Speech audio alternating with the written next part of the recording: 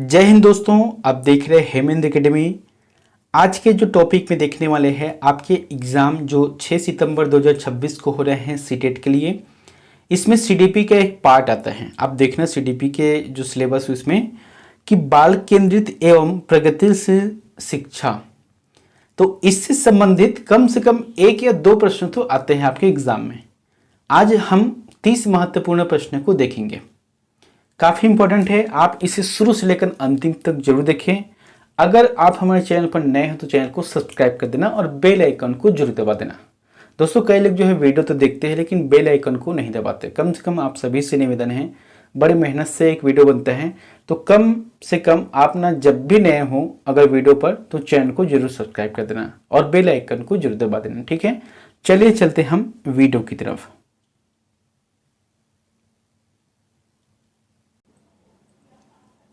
पहला प्रश्न है, बाल केंद्रित शिक्षा का समर्थन निम्न में से किस विचारक द्वारा किया गया?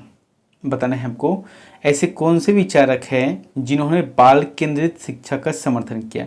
यानी कि शिक्षा का केंद्र क्या होना चाहिए? एक बालक होना चाहिए, बच्चा होना चाहिए, है ना। तो ये जो है जॉन डीवी एक ऐसे विचारक हैं जिन्होंने बाल केंद्रित शिक्षा का समर्थन किया। दूसरा प्रश्न है, बाल केंद्रित शिक्षा के क्षेत्र में निम्न में से किस भारतीय शिक्षाविद की भूमिका सर्वाधिक उल्लेखनीय रही है? बताइए। जैसे कि यहाँ पर अभी बताया ना ये जॉन डीवी का, तो बाल केंद्रित शिक्षा के क्षेत्र में अब आपको बताना है ऐसे भारतीय विचारक या भारतीय शिक्षाविद जिनकी भूमिका सर्वाधिक उल्लेखनीय रही है। क्या हो सकते हैं आंसर? आप ना वीडियो को पॉज कर लेना, पॉज करने के बाद स्वयं से लगाने का प्रयास करना है। आंसर हो जाएगा इसका गिजू भाई इसका आंसर सही रहेगा। तीसरा प्रश्न है, वर्तमान समय में बाल केंद्रित शिक्षा पर जोर दिया जाता है, निम्न में से कौन सी बाल केंद्रित की विशेषता नहीं है? अब देखो, वर्तमान समय में ना बाल केंद्रित शिक्षा पर जोर दिया जाता है जिसमें से एक विशेषता नहीं है और वो विशेषता नहीं है उसको छांटना है। इसका मतलब जो 3 ऑप्शन और दिए हैं वो उनकी विशेषता है। तो सबसे पहली बात, बालक के सर्वांगीण विकास पर जोर दिया जाता है, ये 3 की विशेषता है। बालक के मनोविज्ञान को समझना होता है, ये भी इनकी विशेषता है। बालक को केवल तथ्यात्मक ज्ञान से अवगत कराने पर जोर देना, तो ये जो गलत बात है ना। तथ्यात्मक के साथ साथ व्यवहारिक ज्ञान भी जरूरी है। तो फिलहाल जो विशेषता नहीं है वो सी रहेगा। और बाकी जिसे डी ऑप्शन में है उसके मनोविज्ञान को समझते हुए उनकी समस्याओं को दूर करना, ये भी इनकी विशेषता है, सिवाय सी ऑप्शन को छोड़कर। चौथा, बाल केंद्रित शिक्षा के समर्थक के तौर पर आपके अनुसार निम्न में से किसका महत्व सर्वाधिक है? बताइए। आपको बताना है, ये आपके विचार के हिसाब से पूछा गया है कि एक बाल केंद्रित शिक्षक के समर्थक के तौर पर आपके अनुसार किसका महत्व सर्वाधिक है। जैसे कि 4 ऑप्शन है, पहले चारों को पढ़ लेते हैं। शिक्षक बालक के व्यक्तित्व का कहाँ तक विकास कर पाता है? शिक्षक कितना ज्ञानी, आकर्षक और गुणयुक्त है, ये कोई जरूरी नहीं है। शिक्षक विद्यालय को कितना अधिक भव्य दर्शा पाने का में सक्षम है, ये भी इतने इम्पोर्टेंट नहीं है। शिक्षक की पहचान का दायरा कितना विस्तृत है, ये जो है लगभग सभी के विचार से गलत है। मतलब ये इनका महत्व नहीं है। महत्व क्या है कि शिक्षक बालक के व्यक्तित्व का कहाँ तक विकास कर सकता है, ये इम्पोर्टेंट है। तो ऑप्शन ए सही रहेगा। 5वां प्रश्न है, बालक को प्रेरित करने के लिए उन्हें महापुरुषों की जीवनी, प्रेरणादायी नाटक एवं उत्कृष्ट वैज्ञानिकों इत्यादि के बारे में बताना चाहिए। यह निम्न में से किस सिद्धांत के अंतर्गत आता है? जैसे कि आप देखना, अपने घरों में कोई बालक बालिका होगा तो उसे अगर मोटिवेट करना है तो क्या करना है? बड़े बड़े जो महापुरुष हुए हैं या अपने जो रोल मॉडल हैं, या बच्चों को जैसे कि हम उस तरीके से बनाना चाहते हैं, जैसे टीचर बनाना चाहते हैं, कलेक्टर है, डॉक्टर है, जो भी पद के लिए करते हैं ना, तो उसको ना उसी टाइप के उदाहरण देना चाहिए। और ये जो उदाहरण जो होता है, ये जो सिद्धांत होता है, वहाँ प्रेरणा का सिद्धांत के अंतर्गत काम आता है ना। भाई देश में कितने बड़े बड़े टीचर ऐसे हुए हैं जो कि आज के डेट में बहुत विख्यात हैं।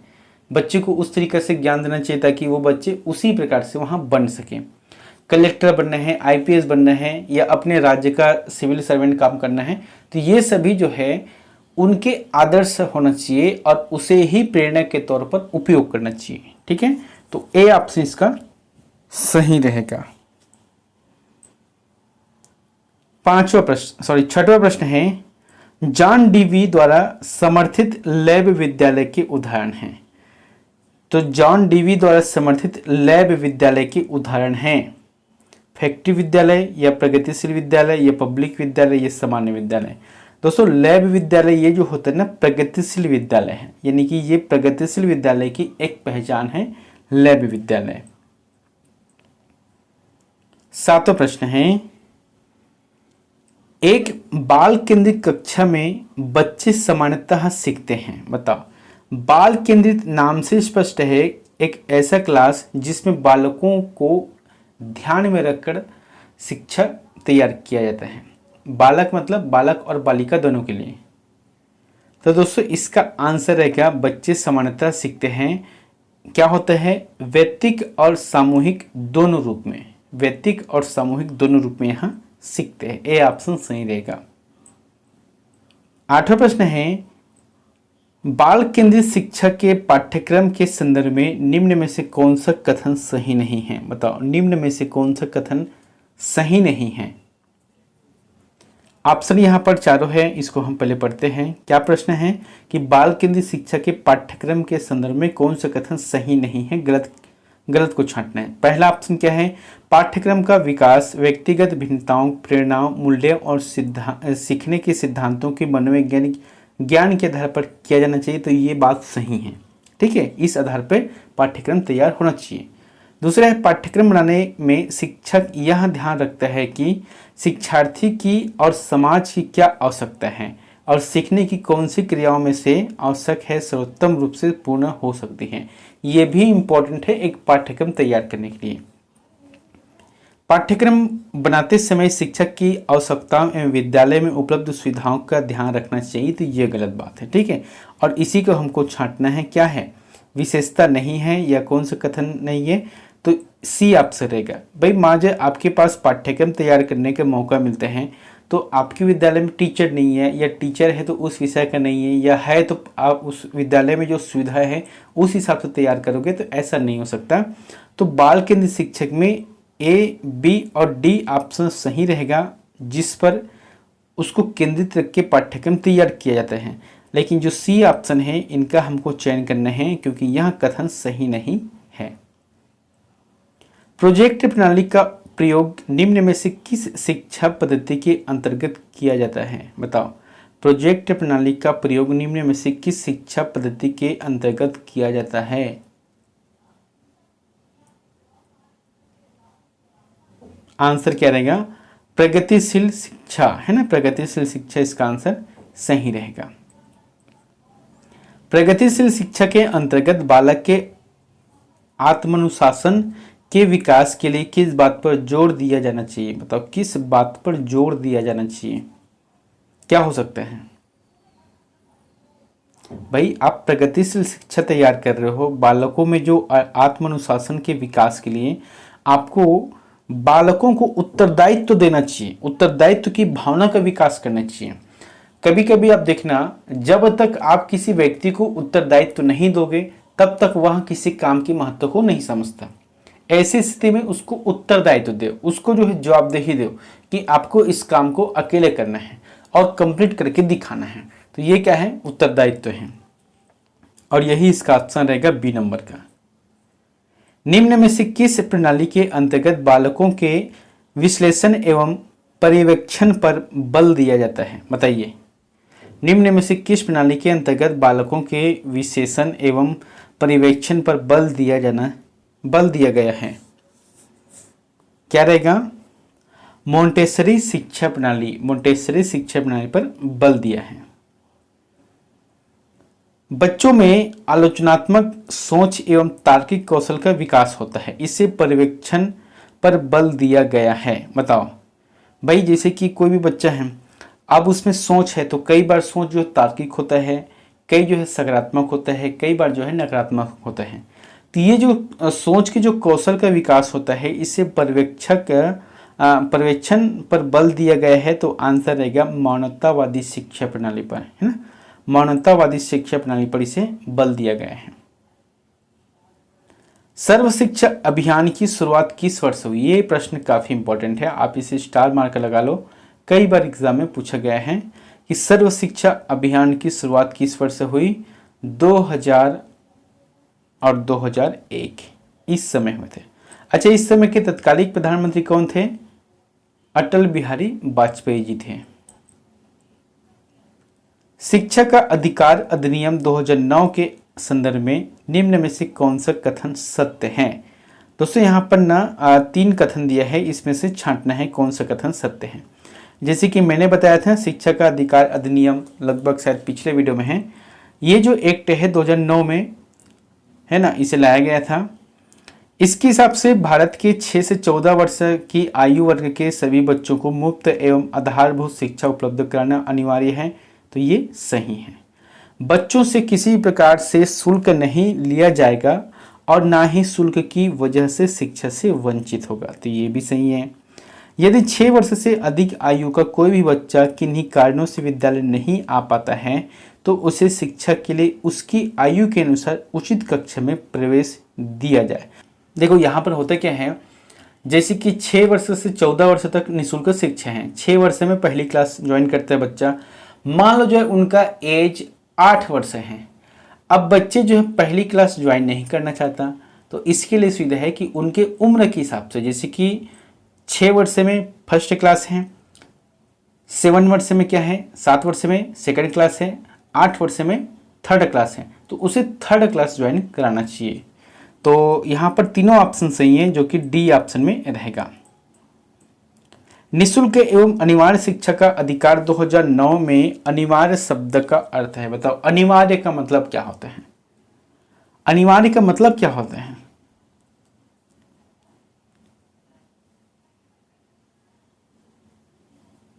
अनिवार्य मतलब ये होता है कि उचित सरकारें दाखिले, उपस्थिति और प्रारंभिक शिक्षा की पूर्णता को सुनिश्चित करेगी। ये जो होता है ना, अनिवार्य शिक्षा के अंतर्गत आता है। बच्चे को जो है भेजना है क्लास में, स्कूल में भेजना है, उसको जो गणवेश दिया जाता है, जो पाठ्य पुस्तक दिया जाता है, वो सभी उनको मिलना चाहिए, और यही अनिवार्य शिक्षा का या अनिवार्य शब्द का अर्थ होता है। और ये सब चीज ना सरकार सुनिश्चित करेगी इसे। 16 नंबर का प्रश्न है कि प्राथमिक स्तर पर एक शिक्षक में निम्न में से किसे सबसे महत्वपूर्ण विशेषता मानना चाहिए? बताओ प्राथमिक स्तर पर एक शिक्षक में निम्न में से किसे सबसे महत्वपूर्ण विशेषता मानना चाहिए? तो धैर्य और दृढ़ता। अब देखना, धैर्य और दृढ़ता क्यों?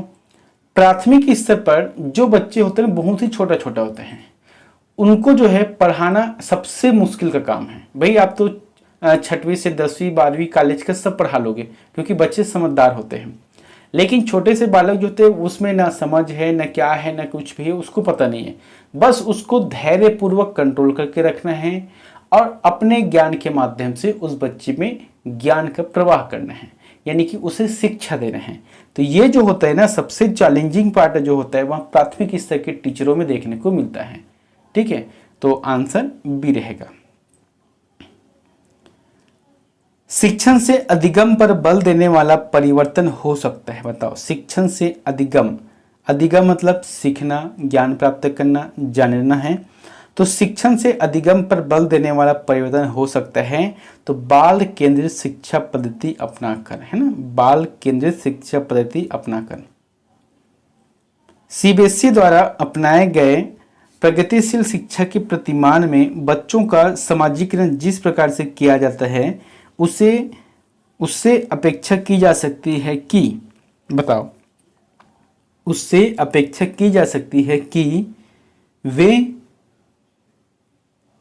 सामूहिक कार्य में सक्रिय भागीदारिता का निर्वाह करें तथा सामाजिक कौशल सीखे। यहाँ पर कार्य रहेगा, है ना, ये जो है सीबीएसई द्वारा अपनाए गए प्रगतिशील शिक्षा के प्रतिमान में बच्चों का समाजीकरण करने का एक प्रक्रिया है, एक तरीका है, जिसके हिसाब से वे सामूहिक कार्य में सक्रिय भागीदारिता निर्वाह करें। और जब भागीदारिता निर्वाह करेगा तो सामाजिक कौशल ऑटोमेटिक वहां सीखेगा। तो बी ऑप्शन इसका सही रहेगा।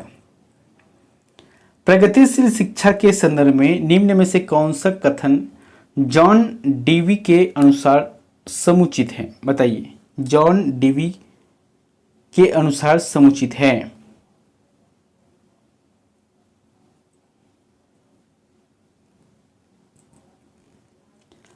विद्यार्थियों को स्वयं ही सामाजिक समस्याओं को सुलझाने में सक्षम होना चाहिए।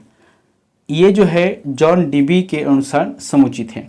अच्छा, एक चीज देखना, बच्चे जो है सामाजिक समस्याओं को सुलझाना कब प्रारंभ करते हैं? छोटा सा बच्चा नहीं कर पाएगा, तो इनका एज निर्धारित किया गया है किशोरावस्था, जो कि 12 से 18 वर्ष के बीच में कहा गया है। इसी वर्ष में बालक जो है अपने जो सामाजिक समस्या रहते हैं उसे सुधारने का प्रयास करता है, उसे अकेले उन समस्याओं को सुलझाने का भी प्रयास करता है। बच्चों में ज्ञान की रचना करने और अर्थ का निर्माण करने की क्षमता होना इस परिपक्ष में एक शिक्षक की भूमिका है। बताओ, बच्चों में ज्ञान की रचना करने और अर्थ का निर्माण करना है, यानी कि कोई अगर शब्द है उसके अर्थ को जानना है, निर्माण करना है, तो इस परिप्रेक्ष्य में एक शिक्षक की जो भूमिका होती है वह निर्देशात्मक होती है, यानी कि निर्देशक की। आप देखना, निर्देशक का काम एक्टिंग करना नहीं है, निर्देशक का काम सिर्फ बताना है कि आपको इस तरीके से करना है।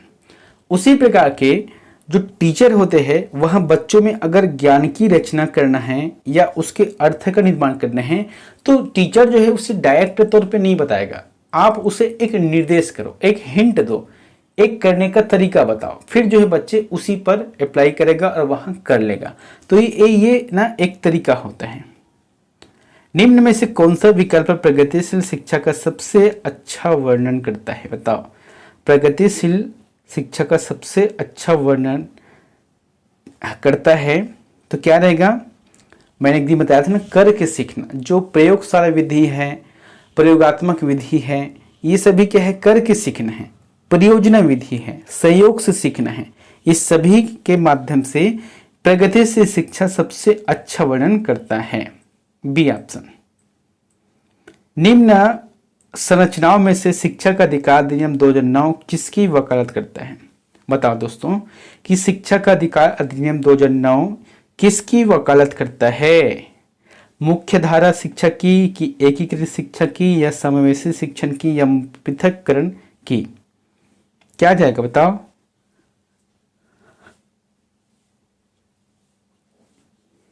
तीसरा ऑप्शन सही रहेगा, समावेशी शिक्षण की।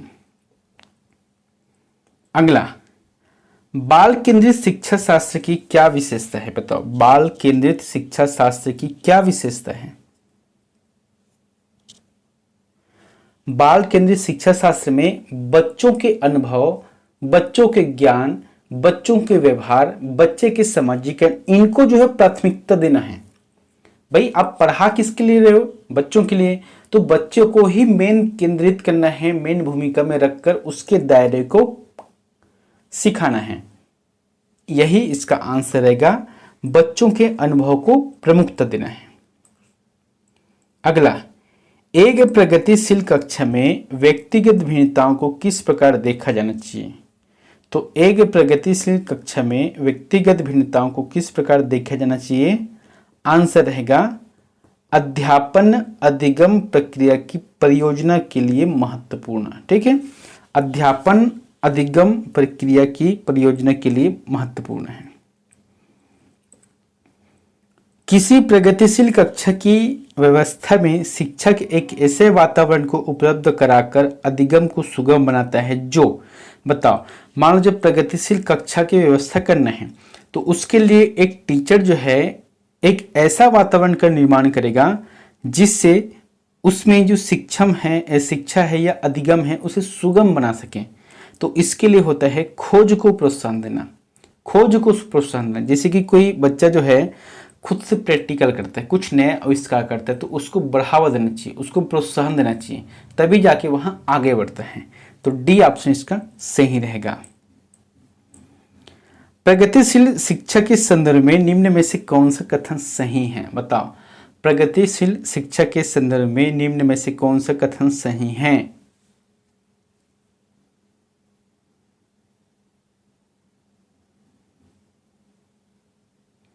ऐसे प्रश्न को ना आपको चारों ऑप्शन को पढ़ना है, और जब चारों ऑप्शन को आप पढ़ लेंगे तो स्वतः ही इसका आंसर आप लगा सकते हो आराम से। भाई प्रगतिशील शिक्षा का निर्माण करना है तो उसमें जो रहने वाले विद्यार्थी हैं उनको अपने जीवन में आने वाले जो समस्या है उनका समाधान हेतु प्रोत्साहित करना है कि आपको अपने जो समस्या है उसे खुद हल करना है, उसको बताना है कि करना क्या है। लेकिन ऐसा नहीं कि आप करके दिखाना है, बताना है, बस निर्देशित करना है, हिंट करना है। यही इसका आंसर रहेगा सी नंबर। विद्यार्थियों को समस्या समाधान हेतु प्रोत्साहित करना चाहिए। एक बाल केंद्रित कक्षा में बच्चे, बताओ, एक बाल केंद्रित कक्षा में बच्चे ज्ञान के निर्माता में सक्रिय रूप से लगे हुए हैं। ठीक है, ज्ञान के निर्माता के रूप में सक्रिय रूप से लगे हुए हैं। एक बाल केंद्रित कक्षा में अधिगम, बताओ, यहां पर क्या बोला था मैंने, बच्चे के बारे में। अब एक बाल केंद्रित कक्षा में अधिगम का मतलब क्या होता है, उद्दीपन प्रतिक्रिया संघों के युग्म द्वारा होता है। तो सी ऑप्शन इसका सही रहेगा। 29वां प्रश्न है, एक प्रगतिशील कक्षा में अधिगम, बताओ। अगर प्रगतिशील कक्षा है तो अधिगम का मतलब क्या है, यहां पर एक सामाजिक प्रक्रिया है। अधिगम सीखना है, किसके लिए, समाज के लिए, सामाजिकरण सीखना है। सी ऑप्शन सही रहेगा इसका। अब अंतिम के प्रश्न ना, ये आप लोगों के लिए होमवर्क हैं और इसका आंसर हमें कमेंट बॉक्स पर जाकर बताना है कि किसी प्रगतिवादी कक्षा के बारे में एक अध्यापिका का क्या विश्वास होना चाहिए। तो क्या विश्वास होना चाहिए आपको, ये हमें बताना है कमेंट करके। अधिगम केवल कक्षा में ही होता है। बी ऑप्शन में है विद्यार्थी केवल ड्रिल और अभ्यास के माध्यम से ही सबसे अधिक सार्थकता से सीखते हैं। सी ऑप्शन में है कक्षा हमारे कठोर नियंत्रण में रहे और केवल अध्यापक को निर्देशित देना चाहिए। और डी ऑप्शन में है कक्षा में विद्यार्थी अपने साथ विविध प्रकार के समृद्ध अनुभव लाते हैं। तो ये जो चारों ऑप्शन है ना, इसमें से बताना है आपको कि कौन सा सही रहेगा। ठीक है, मिलते हैं नेक्स्ट वीडियो में एक नई जानकारी के साथ। Thank you.